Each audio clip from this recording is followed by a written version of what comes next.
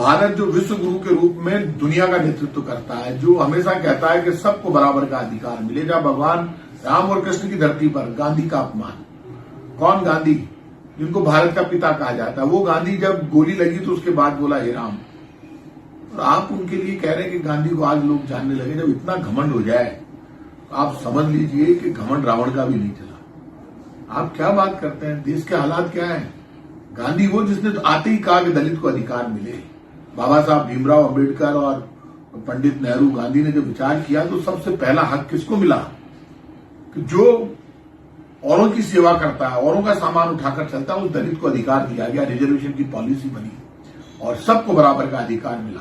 और आपने क्या किया? आपने आते ही प्रधानमंत्री जी सबसे बड़ा काम कर दिया। इन 10 वर्षों में सबसे ज्यादा पाप यदि कुछ हुआ इस देश में तो प्राइवेटाइजेशन का हुआ है।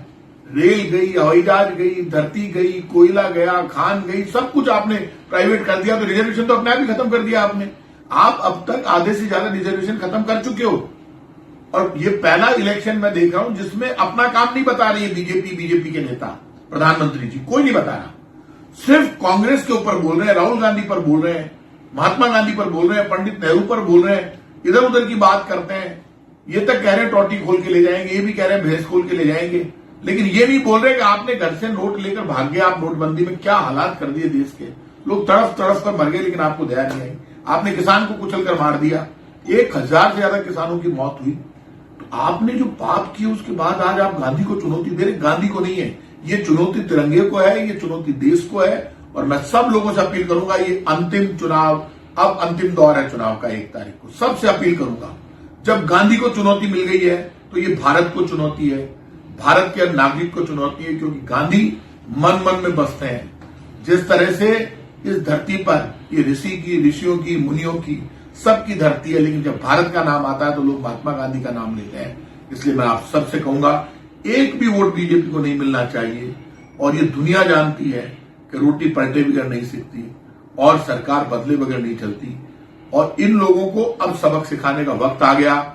यदि कांग्रेस जीतेगी, पंजा जीतेगा, तो भारत जीतेगा, ये ध्यान रखना।